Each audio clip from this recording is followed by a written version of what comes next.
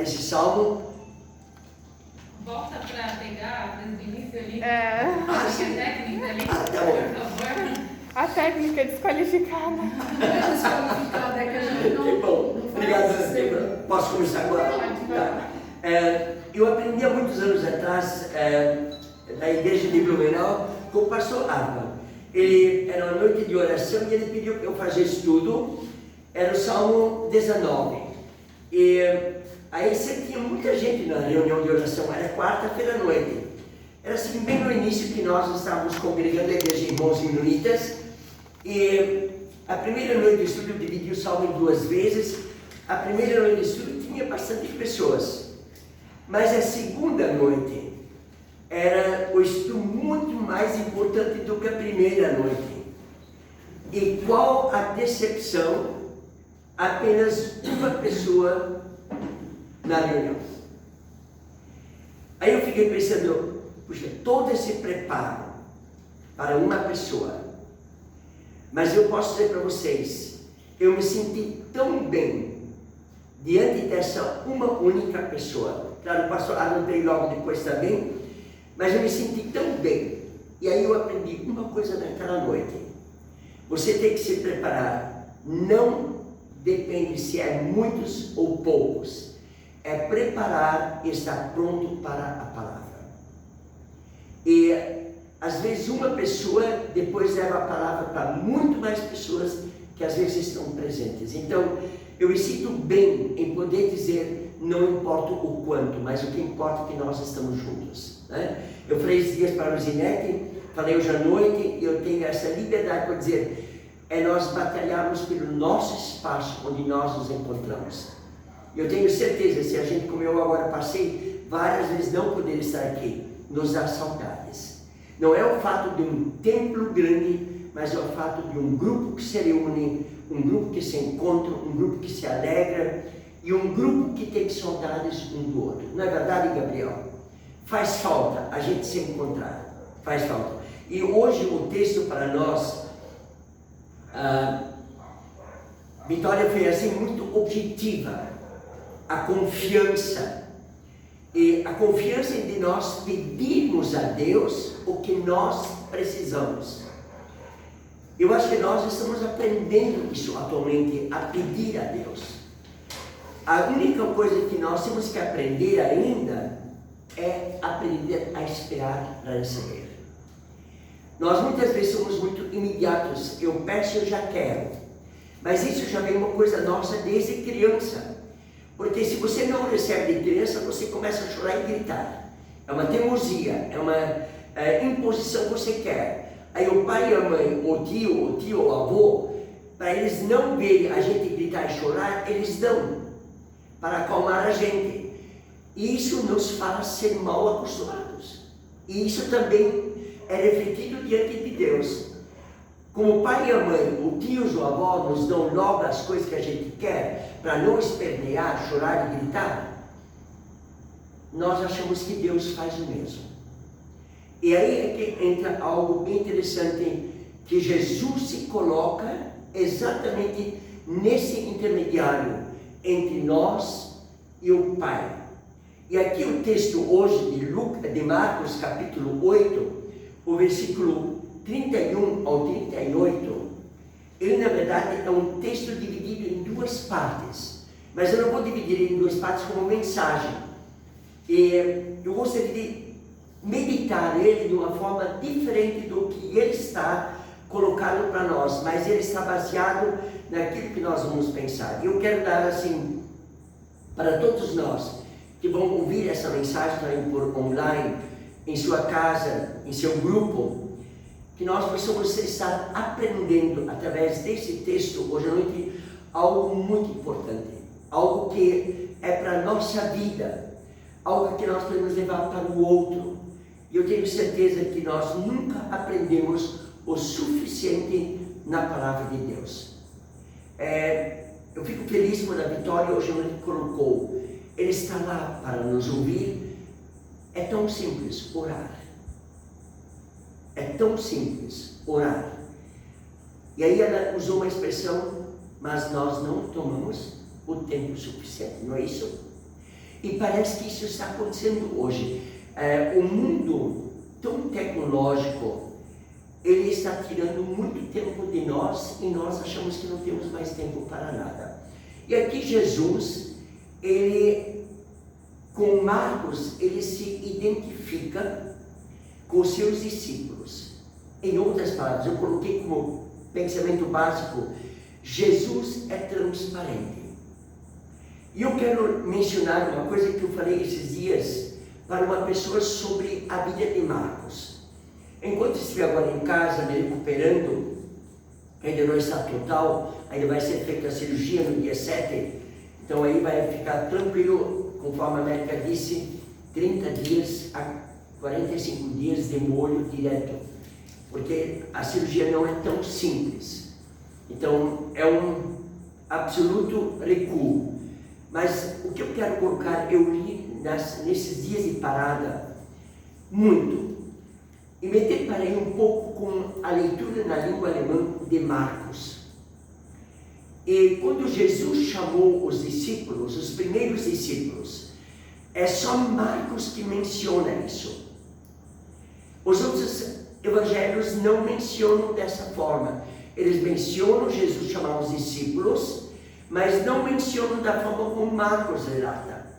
Jesus vem, já fez milagres, já fez curas, e vem pelo mar da Galileia e encontra 4 homens que vieram da pesca. Quem são eles? Pedro, André, Tiago e João. Mas aí eu fui lembrando, nós aprendemos uma música, Pedro, Tiago e João num barquinho. E onde está André? André estava junto no barquinho.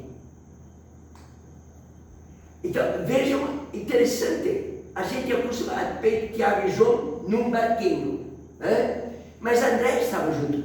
Mas onde eu quero chegar, nessa transparência de Jesus, e como o discípulo, que nós vamos trabalhar um pouquinho hoje à noite, Pedro, e os demais estão incluídos também, lá Jesus veio, e eles trabalharam, nós sabemos que o pescador é normalmente 2 horas da madrugada, 3 horas da madrugada, ele vai para o mar para pescar.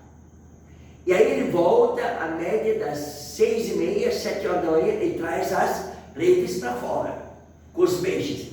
E era a hora que Jesus estava lá. E ele viu que os homens vieram, o barco vazio, e estavam tirando as redes, porque não tinha peixe. E aí Jesus vem e diz para eles, lancem a rede, joguem a rede. Aí eles disseram para Jesus, mas nós pescamos a noite toda e não pegamos nada. E aí Pedro diz, mas sobre a tua palavra eu vou lançar as redes. Esperem, irmãos, sobre a tua palavra. Mas eles não conheciam Jesus ainda. Percebem? A transparência de Pedro, quando eu quero falar sobre transparência, ele obedece e diz sobre a tua palavra. Aí eles vão pescar, Jesus está junto, eles vão pescar, e tem tantos peixes na pesca que eles chamam os companheiros de longe para vir acudir a eles o barco, porque ele estaria afundando de tantos peixes. Aí Marcos relata que eles foram até a beira do mar, os barcos estavam cheios de peixe, e Jesus disse para eles, eu vos farei pescadores de homens. Mas a pesca era o ganho deles, a pesca era o lucro deles, era o resultado do trabalho deles. E Marcos relata, imediatamente deixaram os barcos e seguiram Jesus. Irmãos, onde eu quero chegar nessa questão de transparência, eles viram que na palavra de Jesus havia algo diferente. Esse homem nós vamos seguir. Deixaram o seu patrimônio, aquele lucro daquele momento tão importante para eles. Gente, imagine um barco cheio de peixe e deixar para outros venderem e eles não terem esse lucro. Então a prontidão de ir junto é uma forma de transparência. E aí eu gostaria de colocar para nós esse pensamento. A caminhada de Jesus com os discípulos é uma comunicação que acontecia através da transparência. Jesus se comunicava com seus discípulos de uma forma transparente. Ele nunca escondeu desde o começo nada. E aí eu volto um pouco naquilo do salmo que a Vitória nos colocou. Quantas vezes nós encontramos nos evangelhos que Jesus estava com seus discípulos, com a multidão, e de repente diz para os discípulos: vão, entre no barco, atravesse o mar, vão para o outro lado. E Jesus se retirava e ia para orar. Era uma forma de que Jesus buscou no Pai a força de ser transparente, a transparência. E nós só conseguimos ser transparentes no Evangelho se nós usamos tempo para ler o Evangelho. Mas espera, tempo, o que significa tempo? Para alguns, tempo é 1, 2 horas. Mas para outras pessoas, tempo pode ser 1 minuto. Isso não quer dizer o espaço longo, mas quer dizer o espaço que você vai investir para a sua vida com a palavra, para aprender a transparência como Jesus foi para com seus discípulos. E aí, irmãos, eu gostaria de colocar, era hora de ser transparente agora nesse texto. Jesus sempre procurava, nós sabemos que Marcos é o evangelho mais curto, só tem 16 capítulos, então Marcos resume bastante. E aqui no capítulo 8, agora, Jesus vê que é hora de ser transparente com os discípulos sobre a vida dele e sobre a saída dele agora entre os discípulos. Era hora. Nós também sabemos qual é a hora de você dizer certas verdades e momentos de não dizer certas verdades, não é verdade? Tem momentos que você percebe, não, agora eu não posso falar aquilo que eu deveria falar. Em outras palavras, nós chamamos que isso é sabedoria. Mas falar a verdade no momento certo, na hora certa, é sabedoria. Então Jesus, ele caminhando, começou a conhecer os seus discípulos, começou a conhecer muitas pessoas, e outra, entrou nesse espaço de tempo que Jesus andou com os seus discípulos, os discípulos de João também. Aí Jesus tem um grupo maior de 70 discípulos, 120 até 500. Então Jesus, ele viu a quem agora ele tem que ser transparente. E aqui agora Jesus só está com os 12 discípulos. E Jesus vê, agora é o momento. E quando nós estamos com Jesus, nós estamos dizendo também, agora é o momento em que eu posso dizer para ele o que eu sinto. O que eu posso dizer para ele? Ele sabe o que nós sentimos. Ele sabe o que eu preciso. Ele sabe o que nós sentimos. Mas ele quer ouvir de nós.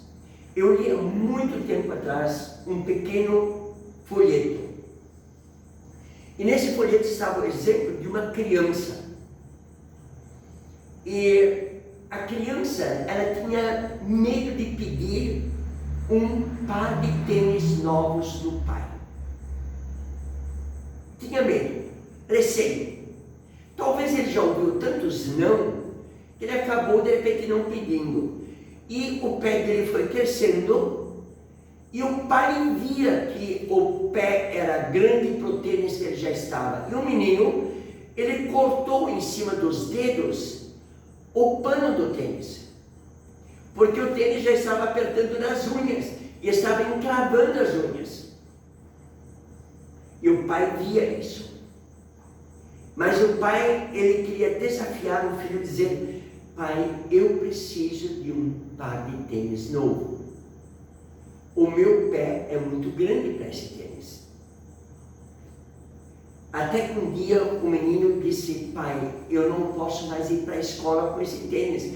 Eles estão debochando de mim, porque eu já cortei em cima o pano para poder andar. e disse: filho, muito tempo eu já vi isso, mas eu esperei você pedir. Deus sabe o que precisamos. Ele sente a nossa angústia dentro de nós, aquela nossa falta de podermos ter certeza que eu estou sendo sustentado e fortalecido por Deus. Mas Ele quer ouvir de nós. Ele quer ouvir o que eu preciso dizer. Senhor, eu tenho isso. Senhor, estou passando por isso nesse momento. Ele quer ouvir isso de você. Ele sabe. Ele vê o nosso pé no tamanho além do tênis. Ele vê o nosso coração chorando. Ele vê a nossa alma triste. Mas Ele quer ouvir de nós o que nós estamos passando. E isso é transparência. Essa é a transparência. E Jesus aqui agora, Ele vê que é necessário ser transparente. Mas o que é transparência, irmãos? O que é transparência? Tem uma palavra que antigamente eu usei muito isso, nas escolas de férias. Transparência no retroprojetor, lembram? Esses aparelhos, Vitória, você lembra desse retroprojetor? Puxa, então você já é muito velha, desculpa, mas transparência é o que? É uma folha transparente, você coloca em cima de um aparelho que tem uma luz forte, e ele é transparente, e você coloca em transparência e só aparece o que foi escrito. A luz reflete na parede o que foi escrito. Isso, em outras palavras, ela é transparente para mostrar na parede o que é escrito. Transparência. Mas transparência também podemos dizer assim, dizer a verdade para o outro. Transparência às vezes até é você sentir a dor do outro. Então a palavra transparência, ela tem muitos sentidos, muitos. E agora eu quero ler para nós, irmãos, o texto, para entrarmos dentro desses pensamentos da transparência e Jesus mostrando para os discípulos o que ia acontecer e também dizendo para nós o que vai acontecer, o que nós temos que estar aprendendo dele. Eu acho que nós estamos numa época de literalmente sermos transparentes para com Jesus. E Pedro foi transparente. Pedro foi transparente.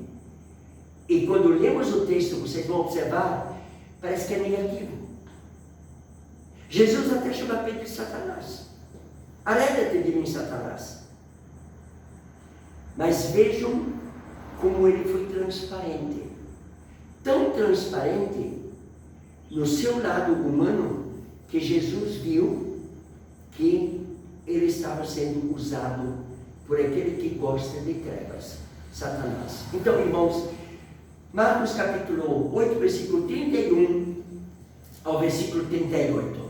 Ouçamos a leitura então. Jesus prediz a sua morte e ressurreição. Então começou ele a ensinar-lhes que era necessário que o Filho do Homem sofresse muitas coisas, fosse rejeitado pelos anciões, pelos principais sacerdotes, pelos escribas, fosse morto e que, depois de 3 dias, ressuscitasse. Só um parênteses. Quem Jesus está citando? As pessoas que estavam todo sábado no templo. Percebe, irmãos? Jesus disse para os discípulos quem iria fazer isso com o Filho do Homem, que iria matá-lo. Os que estavam todo sábado no templo. Todo sábado. Continuando no versículo 32. E isto ele expunha claramente. Mas Pedro, chamando-o à parte, começou a reprová-lo. Olha a ousadia de Pedro, o pensamento de Pedro, e pensou, espera, o que Jesus está falando? Ele está falando exatamente de quem? Das autoridades eclesiásticas do templo. Quem eram eles? Né? Os anciões. Quem são os anciões? Naquela época, pessoas tudo acima de 60 anos. e eram os que dirigiam o povo de Israel. Hoje, ancião é acima de 80. Acima de 60 é idoso. Acima de 80 é ancião. Essa é a classificação atual na história da sociologia do ser humano. Então Pedro disse: mas olha, Senhor, tu estás falando dos nossos líderes. Aí vem os outros, principais sacerdotes. Senhor, tu estás falando dos sacerdotes. Estão lá todo sábado no templo. Aí vem os escribas. Senhor, são esses que transcrevem os rolos dos profetas. Aqueles que escrevem o rolo de Isaías, que quando você está na sinagoga do templo que você lê, tu estás falando desses homens, Senhor. Aí outros, ele logo diz, Jesus, que fosse morto. Tu estás chamando esses homens todos de assassinos. Então ele está chamando a atenção de Jesus. E aí de repente Jesus diz, volta-se para Pedro, né, e diz assim, Jesus porém voltou-se, fitando em os seus discípulos, repreendeu a Pedro.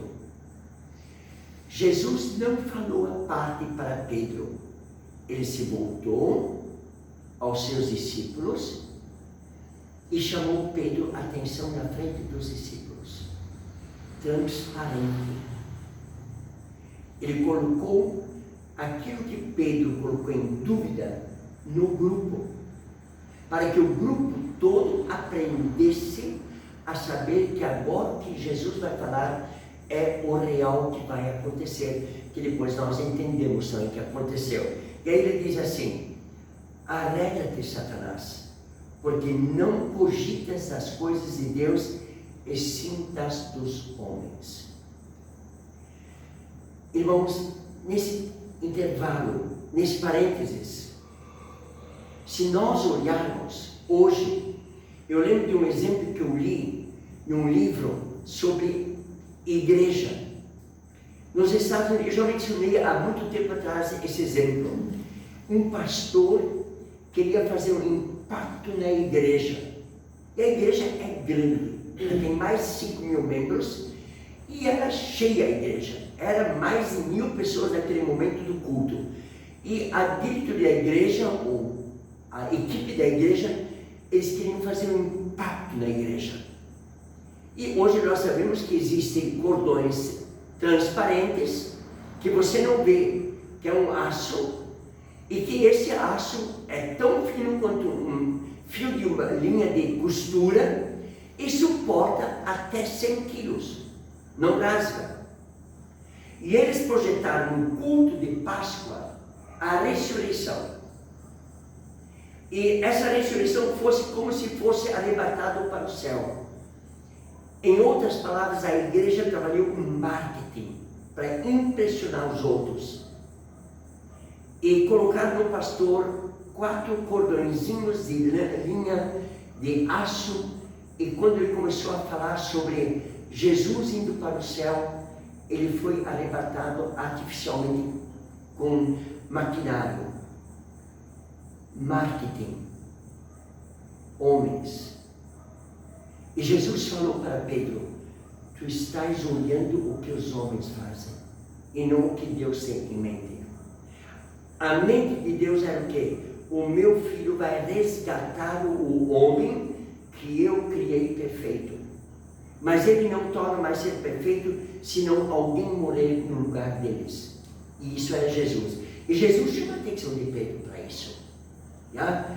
E quando terminou o culto lá nos Estados Unidos, aquele momento especial que eles fizeram, ao sair da porta, um senhor que veio como visitante nesse culto,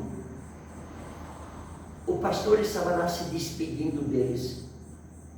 Ele disse, então vocês mentiram? Então não é mentira que vocês fizeram. O Senhor não foi arrebatado apenas para impressionar. Irmãos, o homem quer ser transparente para impressionar. Deus é transparente através do seu Filho, não para impressionar, é para resgatar. Continuando. Então, convocando a multidão e juntamente seus discípulos, disse-lhes: se alguém quer vir após mim, negue-se, tome a sua cruz e siga-me. Quem quiser, pois, salvar a sua vida, perderá, e quem perder a vida por causa de mim e do Evangelho, salvá-la-á. Que aproveita o homem ganhar o mundo inteiro e perder a sua alma? Que daria um homem em troca de sua alma? Porque a qualquer que nesta geração adúltera e pecadora se envergonhar de mim e das minhas palavras, também o Filho do Homem se envergonhará dele, quando vier na glória de seu Pai com os seus anjos. Irmãos, eu quero decorrer um pouco sobre esse texto para nós, de uma forma diferente, para nós entendermos. O primeiro pensamento é: a vitória só vem após a dor e as lágrimas.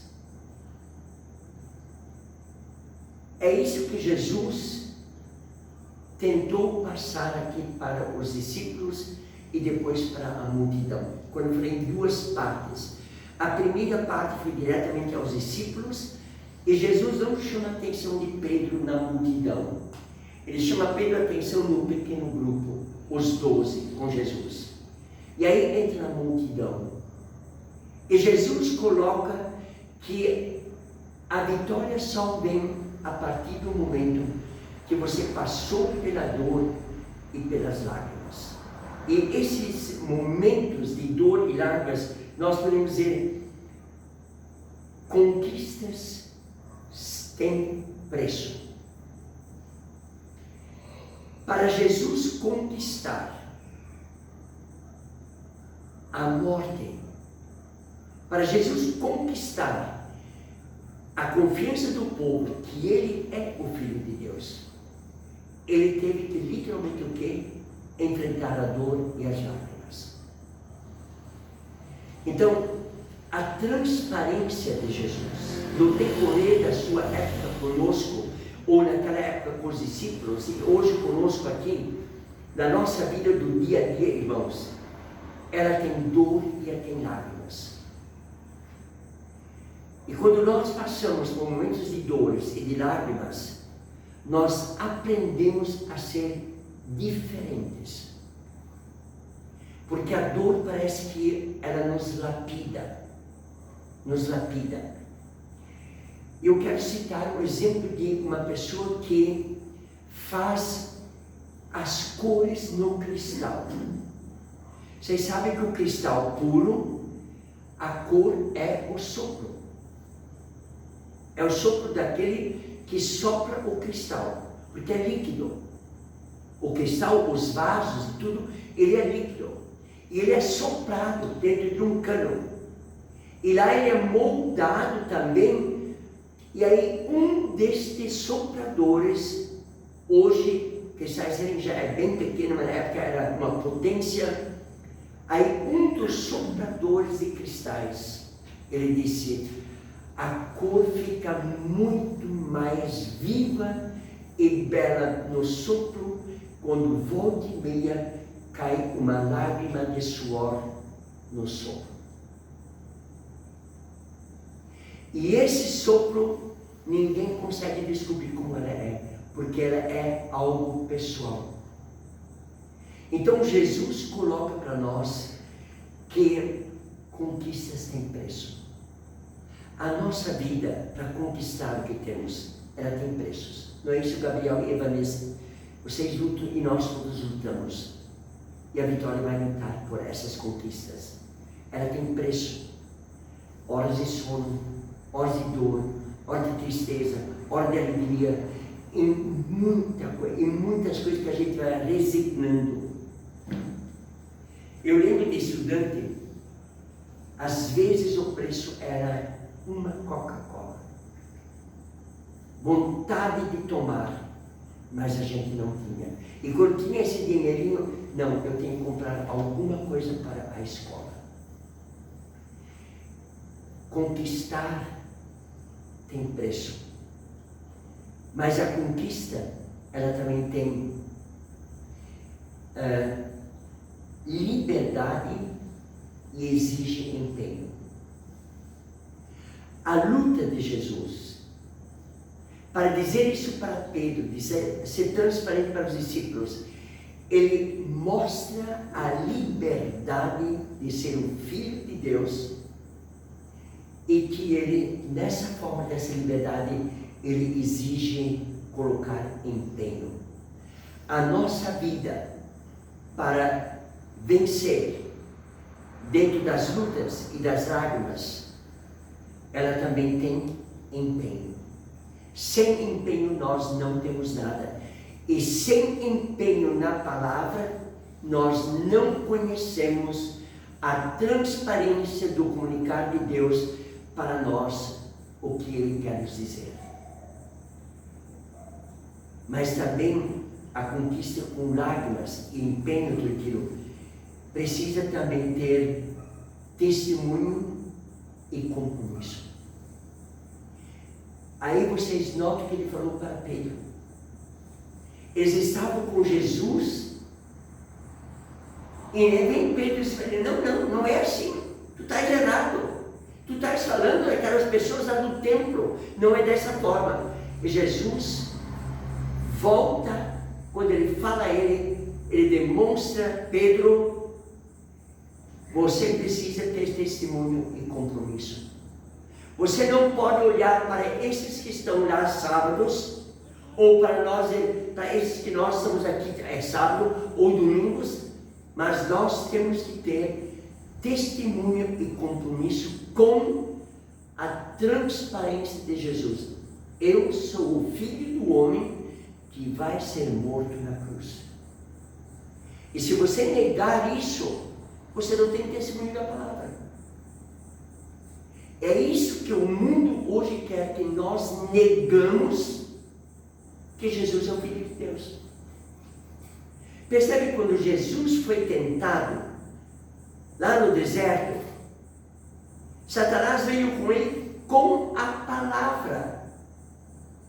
Satanás não chacoalhou com a mão, na manga da camisa dele, ele veio com a palavra de Deus lá no Velho Testamento.